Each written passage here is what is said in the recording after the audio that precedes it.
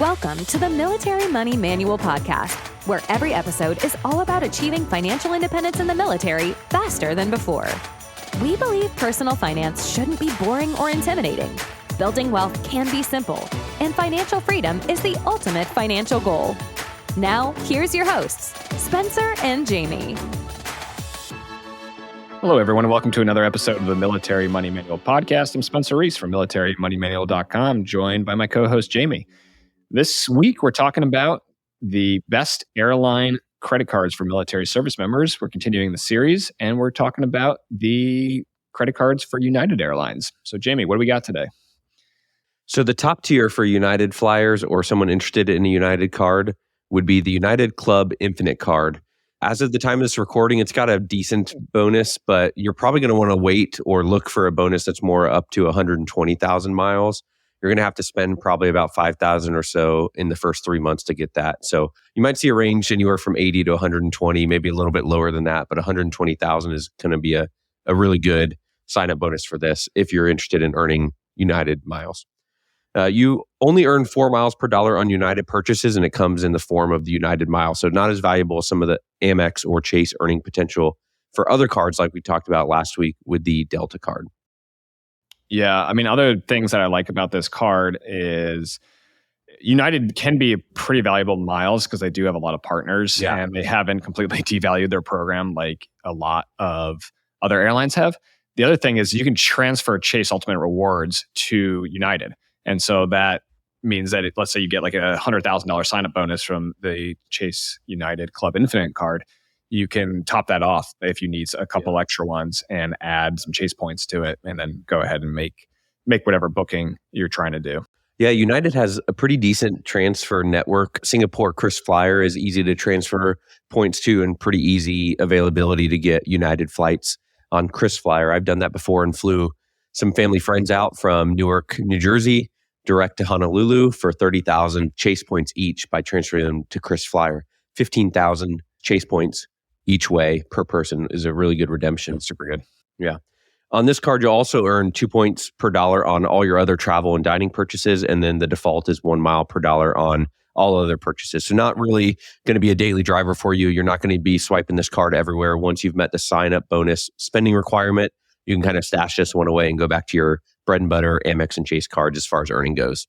Yeah. And the card does come with an annual fee of $525, but as we've covered in a lot of other episodes, the fee is 100% waived for U.S. military service members, military spouses, and Guard and Reserve on active orders of 30 days or longer. And that's due to how Chase interprets the Military Lending Act. So if you think that you qualify for those fee waivers, you can go look yourself up in the Military Lending Act database. You can just Google MLA database, and either my article will pop up or the actual database will pop up, and you can run a search on your social security number and make sure that you show as eligible for MLA benefits before you apply for the card. Because if you wait until after you apply for the card, it can be a pain in the butt, but you can get MLA benefits applied, but it makes it a lot harder. It's a lot harder. So we say that typically this is the most premium of the United credit card offerings, and the best benefit that kind of drives that is the United Club access. It's really the one for United flyers or someone that has a United route a lot. Club access is the main reason you're going to get this card.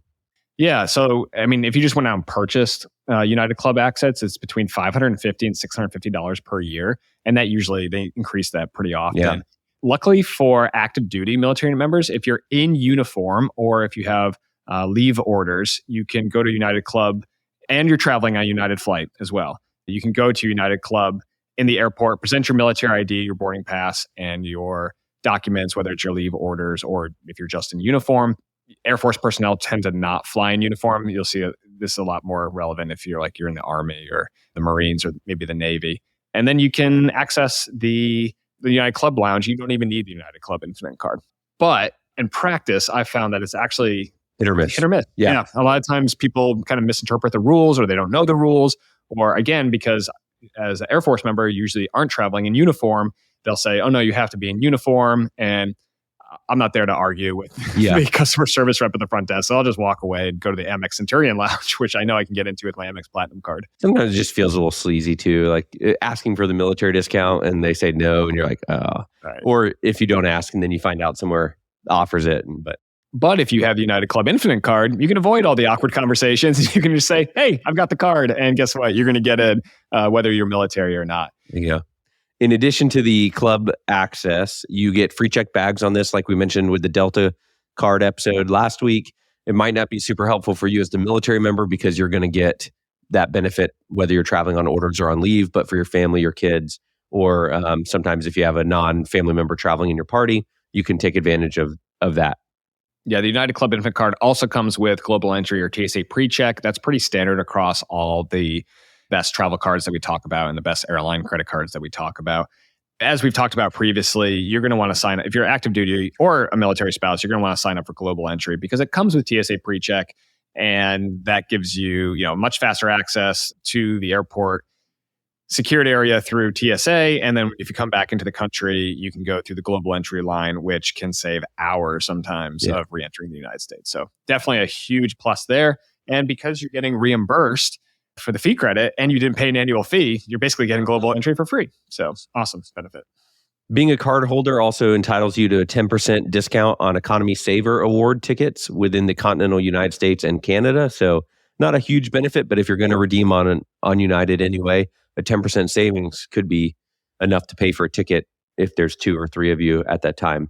You also get 25% back on all your in-flight purchases.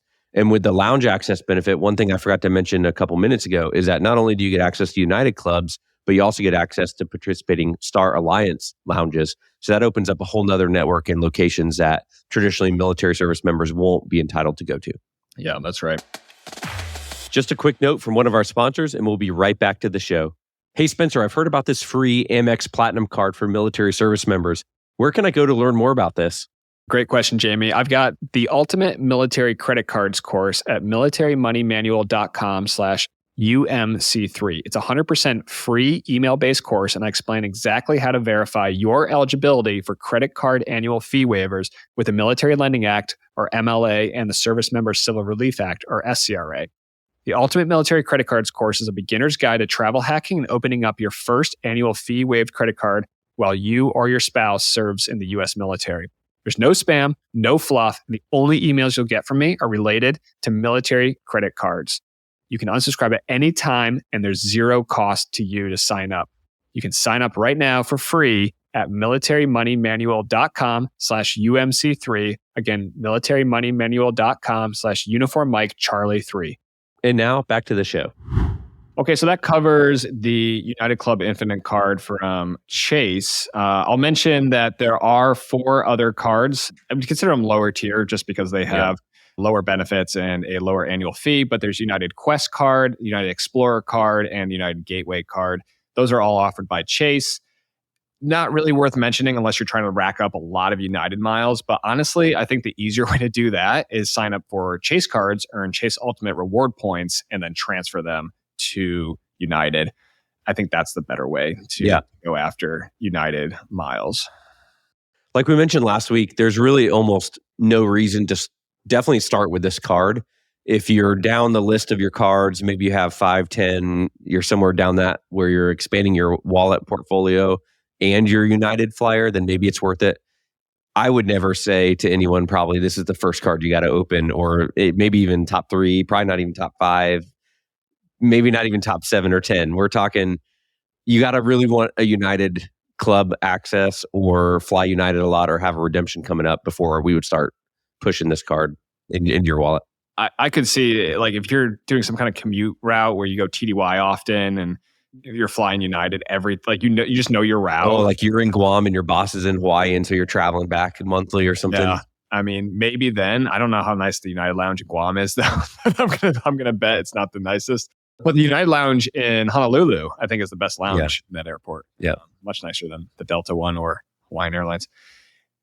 But yeah, I would agree, Jamie. I would put this way down my priority list. So many other cards to get before you get this one. And unless you're like very brand loyal or very excited about flying United, or you want to rack up those United points, or you see the United Lounge, you're like, I want to get in there every single time and not have to argue with the customer service rep to get into the United Lounge because you're not in uniform. So I would start Chase Sapphire Reserve, Chase Sapphire Preferred, Platinum card from American Express Gold card. I would definitely start up there and then probably even go to the hotel credit cards. Again, if you're not getting value out of a hotel credit card, then sure. And you want an airline card. The United Club Infinite card is a pretty solid card, but I don't know if it even makes my top 10. Yeah. And there's a great course that you made, Spencer, that's going to talk all about the strategy for how to open up credit cards in a certain order and what's most valuable to you as military service members, and to rehash on what we already mentioned about the Military Lending Act and how you can get it for free. The Ultimate Military Credit Cards course at militarymoneymanual.com/UMC3 will teach you all about the best strategy for how to open up your cards and which ones are most valuable. So today, listener, we covered the United Club Infinite card from Chase and the United Quest card. Jamie and I both would not recommend this as your first card, or probably even your 5th or even 10th card. I personally don't have one. Same, I don't have one either. So I would start somewhere else. And like Jamie said, I've got the Ultimate Military Credit Cards course to kind of walk you through the exact order I think you should apply for these annual fee waived cards. And on next week's episode, we're going to be talking about American Airlines credit cards. So stay tuned for that. We'll catch you in the next episode of the Military Money Manual podcast. Thanks so much for tuning in to this episode of the Military Money Manual podcast. If you're enjoying the show, please feel free to rate, subscribe, and leave a review wherever you listen to your podcasts. This helps others find the show, and we really appreciate it. Thanks again for tuning in, and we'll catch you in the next episode. The views and opinions presented here are those of the speakers and do not necessarily represent the views of the DoD or its components. Reference to any commercial products or services does not constitute DoD endorsement of those products or services.